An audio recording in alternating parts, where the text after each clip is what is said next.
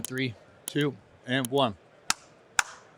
Hey, what's going on? That was for the. Sorry, man. That was you up, for dude. the sync the audio and the video. Welcome to the Green Industry Podcast. Chase 2, tell us about the commercial lawnmowers. We know we needed to increase our value proposition, things like fuel capacity. We were still at 5 gallons. The new machine's now at 12, so big change there. What do you think this trend with electric, how fast we're going to get there? I think the industry is going to change more in the next 10 years than it's changed in the last 30 or 40. Chase, to work somewhere for 25 years is unheard of. What sticks you around the John Deere culture? Oh, dude, that's a crazy hard question. With your 25 years experience at John Deere, what's been the most memorable moment? And I get a tap on my shoulder and it's like, hey, there's somebody that wants to meet you. I walk out and there's this figure standing there with this cowboy hat and a feather in his hat, and it's Oh my.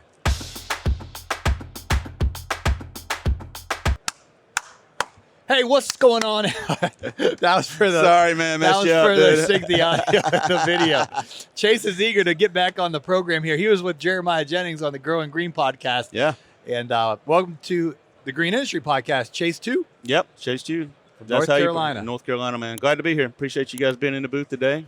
Thanks for having us. We're going to get into the commercial lawnmowers at John Deere, but I want to get to know you first, Chase. So you're from North Carolina. Where'd you grow up? I grew up in eastern North Carolina, a little town called Dunn. My dad owned a couple of Napa stores, so I grew up in kind of the space a little bit, supporting kind of the farm and the forestry customers in that market. And went to NC State, engineer by education, but I've never been a practicing engineer for some reason. I've spent most of my career in sales and marketing, believe it or not. So Phillip Rivers, the great Phillip quarterback, Rivers, man. right? Yeah, he was there when I was there. Chuck Amato. Yeah, he was there when I was there. Those are the good old days. Yeah, we actually just went to a football game this past week, and they recognized the championship team that year, and Chuck was on the field, and man, it was good to see those guys. But tough loss that day, but it's good. It's good to reminisce a little bit. Yeah, when I was a little kid, Phillip Rivers was the quarterback of North Carolina State. Yep. And then he was a quarterback in the NFL for decades.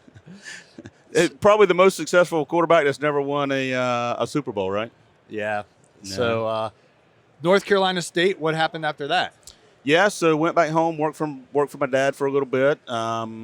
He was still pretty young in his career, early 50s, and it's like, hey, I just went to school. I grew up in the business. I want more responsibility, and it was kind of more of the same. And I'm like, hey, I want to go do something else for a while. And John Deere was building a factory in North Carolina. It's about 30 minutes from where I grew up, and they posted a job in the newspaper, believe it or not, and applied, got hired, and started with John Deere in September of 1998. Just hit 25 years last month. Congratulations. Yeah, man. What'd you do in those early days? So I actually started answering the phone for technical customer support. So when a dealer or a customer would have a problem, and the dealer technician didn't know how to solve it right, I would help them work through how to diagnose that problem. And then we would categorize those problems and report them back to engineering and continuously make improvements. From there, I got some kind of more customer support responsibility where I actually started working proactively on our product development programs, making sure that they were easy to work on, easy to repair, met the durability and reliability cycle that we were looking for. Did that for a couple of years, and then I had a mentor that was like, hey, you kind of know how to talk to customers, and I knew you had grew up in sales working for your dad, so I think you might want to go to Florida and work in sales. And so I went to Orlando, Florida, was the John Deere sales rep down there for 4 years. And if you want to be a successful sales rep for John Deere in Florida, you better learn how to do two things. One, sell big tractors to sugarcane customers, and also sell commercial mowers to landscapers, because that's a huge landscaping market. And fortunately, the factory that I work at had just left was the commercial mowing factory. And so it was an easy transition, and it's kind of gotten in my blood, and now I'm back in the space since 2007, kind of leading this part of the business. Okay. So tell us about the commercial lawnmowers. It looks like you got some new things happening here. It's an exciting time, not only for John Deere, but for the industry. I said this with Jeremiah yesterday. I think the industry is going to change more in the next 10 years than it's changed in the last 30 or 40. I think that's true, and I think it starts for us kind of this year. We are super excited to be launching our new Q800 series quick track launch. This is something that we've been working on for 3 years. It's a ground up kind of clean sheet design for us at John Deere. Previously we were working with Wright. I know a lot of your customers know that, or your listeners know that. And it was a great relationship for us. They made them from 13, 14, 15. We brought them in-house and started making them at our factory in North Carolina in 2016. And then, we've been working on this for the last 3 years. It was really important for us as we were kind of reimagining our future, if you will. We wanted to create a platform for the future. And I think we accomplished that. One, the gas industry today is super important. So we've got a great new portfolio of gas-powered equipment. We've got kind of 3 trim levels with our E-Spec series, the M series, as well as our R series. We can go as in-depth or not as you want to go. The more in-depth, the better. Yeah. You're talking to the right crowd here. So the E series is kind of the traditional Wright legacy chassis. We know that there's a lot of loyalists to that chassis out there, and we didn't want to abandon them. So we're going to keep a couple of SKUs in the E series. It's the 36 and 48-inch SKU. The new chassis will start with the M spec. Super excited about that. A lot of new functionality in there. There was kind of 3 or 4 goals that we had for this project as we were looking forward to the new M and the R. One was we wanted to improve hillside performance kind of in the marketplace and really compete for those customers that needed that traction kind of characteristic. We know we needed to increase our value proposition, things like fuel capacity. We were still at 5 gallons. The new machine's now at 12, so big change there. We wanted to increase the value proposition. In horsepower, we knew we were kind of underpowered. Now we've got a great new range of engine options from 23.5 to 27 to the new 34.5 EFI Kawi Evo engine that we're super excited to kind of be leading the industry with that new engine out there. We also wanted to get our 7-iron decks on there. I mean, that deck has been a staple for us. A lot of your listeners know that kind of the history of that and the cutting performance of that. It's just hard to beat in tough, wet, heavy, lush grass conditions. We feel like that deck is really at the top of the industry there, and so we wanted to get that on there.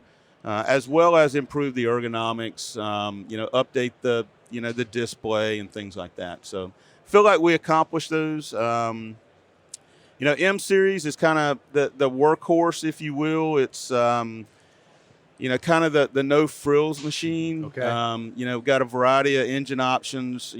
48, 54, 60-inch decks, and then the R will have a few more creature comforts. Padded foot platform. Got some fenders with some foot props on it, so people can change up, their footing as they go through the day, things like that. So, super excited about them, man. And then we've got the electric one in the middle. It's concept vehicle for us, but you can see it's built on the same chassis. I talked about building that chassis for the future and making that investment. So it was important to be able to power the current space of the industry, but also look forward to the future space with electric. And you can see, that machine, the fit and finish on that is pretty much done. We're still calling it a concept vehicle. We've not chosen to put it in market, but we're not behind. It's ready to go whenever the market's ready. Yeah, and speaking of that, Chase, what do you think this trend with electric, how fast do you think it's going to progress? Because I think we all agree it's the future. Yeah. But how fast we're going to get there? It's a great question. I don't think anybody really knows. I mean, at the end of the day, economics matter, and specifically for the landscape contractor space. So we kind of look at this space in 3 different segments. Got the governmental, they're for budget. And so for them, budget's not as important. They're probably the lead adopters on some of this electric stuff. Then you've got the professional grounds people, again, typically for budget, whether it's a municipal or a college or an in-house self-maintained property. And then you got the landscape contractors, and which is the biggest piece of the market. And economics clearly matter for them. And so right now, I mean, you're looking at multiples of 2 to 3x for similar productivity. Batteries are getting better. You know, for a couple years ago, runtime anxiety was a big problem. Am I going to get 2 hours and I'm going to get 4 hours? I think some of the lead companies out in the space are kind of learning a lot, and we're obviously investing in learning ourselves. But I think we're pretty close to be able to get 6 to 8 hour runtime pretty confidently in this space, and so I think the runtime anxiety will start to go down. But the price, unfortunately, is not coming down at scale right now. So, until we get to, at least a 2x multiple and below, I think adoption is going to be limited. But we're ready when the market's ready. Cool. With your 25 years experience at John Deere, what's been the most memorable moment? Oh, dude, that's a crazy hard question. I'm going to throw a couple at you. So one actually happened at this show several years ago. I wished I could remember the year, but we were like today, crazy busy in the booth. And I get a tap on my shoulder, and it's like, hey, there's somebody that wants to meet you. And I'm like, okay, give me just a minute. And I walk out, and there's this kind of figure standing there with this cowboy hat and a feather in his hat, and it's Richard Petty. Oh my! And here, he was here doing something else, but John Deere for years was a huge sponsor and donator to the Victory Junction camp for underprivileged kids and things like that. And he just said, hey, I want to do something as a thank you. And so we got our picture taken in the John Deere booth, and he sat in our booth and signed John Deere hats for an hour. Wow. Pro bono, just as a thank you for doing what you guys do and supporting us and our mission. And I think that was just a tremendously memorable moment because he just did it out of kindness, right? It was an appreciation.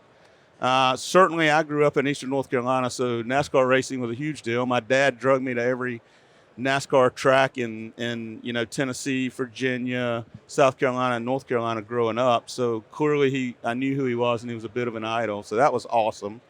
And I think one of the other opportunities was just had the opportunity to spend a lot of time all over the world. I've got global responsibility, and we were in Germany one time, and got the opportunity to. Random enough, John Deere in Sweden sponsored a hard rock and roll concert, and I just happened to be over there doing some work when this concert was going on, and to go to a hard rock concert in Sweden that was primarily sponsored by John Deere was something that I didn't ever think I'd get the opportunity to experience. But it was just awesome to see, the hard rock and roll, like the heavy metal bands out there with John Deere banners everywhere.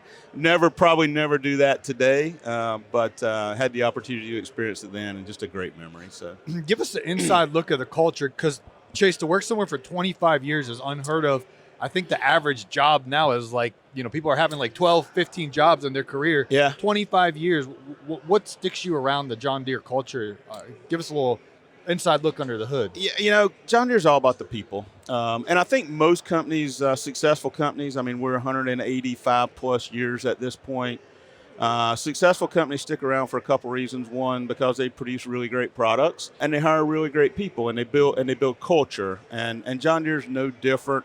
We are a very successful brand, but that brand is kind of successful because of the people that make it that.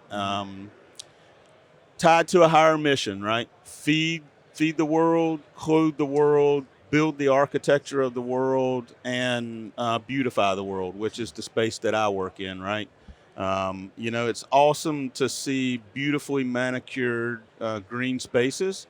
It relaxes people, it calms people, it invites people out. And I think that's just an awesome higher mission. And John Deere, extremely blue collar. We had a slogan a few years ago that I still like to live by, and we're connected to those who work the land. And if you look at it from our agricultural business or our construction business or our landscape business, very similar ties in terms of the caliber of people, the blue collar work ethic of the people, and the fact that they work the land. How do you not want to work for a company that's tied to that mission? So it's beautiful. My grandpa had a John Deere mower. He's passed away, and as an inheritance, it went to my father. Yeah, sitting in his garage up in Canton, Ohio. Yeah, man. And just the excellence you guys have in marketing, even with the little toys for kids, it's just like fantastic brand. Yeah, thank you, man. We work hard at it, but brands in this day and time can come and go, and they can easily fall. And so, we're very cognizant of the company and the brand that we work for, and hold ourselves to a higher standard, right? As we should. Yeah. We want to see this brand continue for another 185 plus years. Cool. Well, is there anything we're leaving out here that needs addressed? Man, no, just tremendously excited to have you guys in the booth today. And when we were kind of setting up this design, we wanted to create an environment where we could get some longer format type podcast rolling. And, just couldn't be more excited to be here. I will say that, I mentioned earlier that this is kind of a really exciting time for the industry and for us. And it really starts with kind of the Q800 series. And I think, as you continue to come back next year in 24 and the next year in 25 and then the following year in 26, I think you're going to see a lot coming from John Deere in this space. I think we are committed at the deepest level that I've ever seen it, and our long-range product plan and our technology investments are only going to continue to yield fruitful dividends for the landscape contractors in terms of how do I increase productivity, how do I connect and get more data so that I can run my business better, right? So we're excited for the next few years, and hopefully you guys can come back and be a part of that, and we can continue to tell the story. That'd be fantastic. And for this year, Chase, thanks for giving us the time and the space. And John Deere's got the best, biggest, grandest booth right when you walk through the door. It's right there. And they gave us some primetime real estate.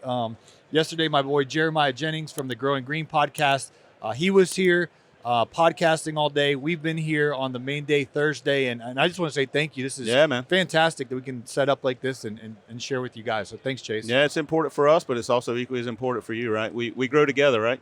Absolutely. Well, thank you very much. Yeah. And thank you guys for watching. Nothing runs like a deer.